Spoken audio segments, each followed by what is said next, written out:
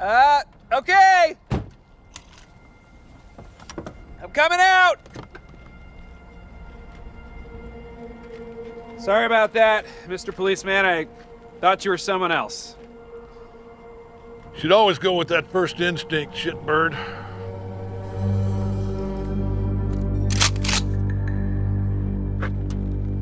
Hi, Roy. I'm Alex from NME, and today we're joined by the star of Palm Springs, Andy Samberg. Andy, there are two big time loop movies from the COVID era. In 10 years' time, which will people still be talking about? Palm Springs or Christopher Nolan's Tenet? Well, I like to think both, you know?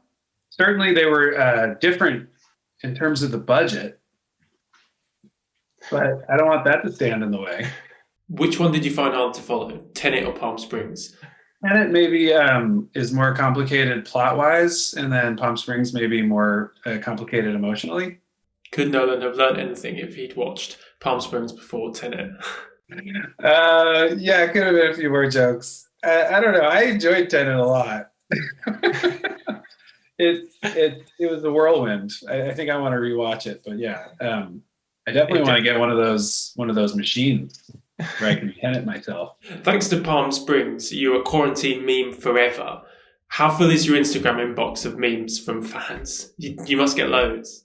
Well, we have a Lonely Island Instagram, but I really don't have a personal Instagram account, so I can't answer that as directly. But I have noticed that that they're out there and being used, and friends of mine and stuff send them to me, which is always really fun. So who looks after that Instagram account? Is it you? Well, we all collectively decide on posts and stuff, but I don't really head it up necessarily. I try to stay off the app itself because it's such a time suck for me. Andy Sierra, the writer of Palm Springs, said in an interview that everyone who worked on the film had a different interpretation of the ending. I want to know what yours is. I don't think anyone's really said what theirs are. You know, obviously, the variations that could be interpreted are they got out and now they're moving forward. They are somewhere else now. You know, maybe another dimension or another version of reality. Or they didn't make it and we're seeing something entirely else. And I won't say which one I think it is, but I also will say I'm fine with all of them, because to me the important thing is that they decided to walk into that cave together and take the leap together and go for it. That's what the whole movie is about, in my opinion. So that was also why we felt like leaving it slightly open to interpretation at the end was fine with all of us, because the story itself and the emotional arc they go on is resolved in a way that was satisfying to all of us. Yeah. I heard there was a lot that got cut out of those last few scenes. Can you tell us what was in them originally? Not a ton. You know, there was a little bit more of a scientific explanation that Sarah's character goes through when she returns.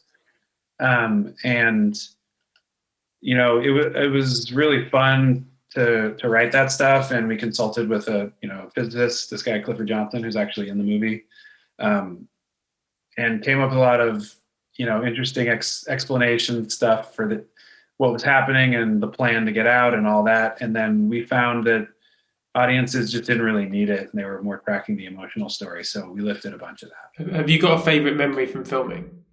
Kristen and I had a lot of fun shooting the campfire scene. It's a very long scene that we got to sort of have a few bites at the apple on, and went to a place we were happy with, I think.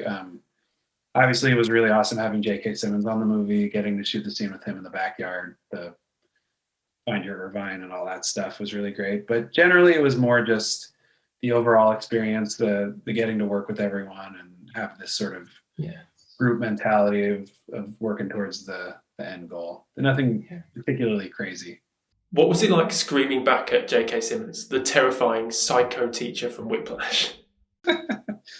I mean, he's, J.K. can be terrifying when he wants to, but he's also, he really likes comedy, and, we'd worked together before on I Love You, Man, so we had a little bit of a friendship going, and I felt safe enough, but just scared enough to help out my acting, I think. My final question then, before I let you go. Is there potential for Palm Springs 2? There's always the potential. I mean, they made Gremlins too, you know? Anything is possible.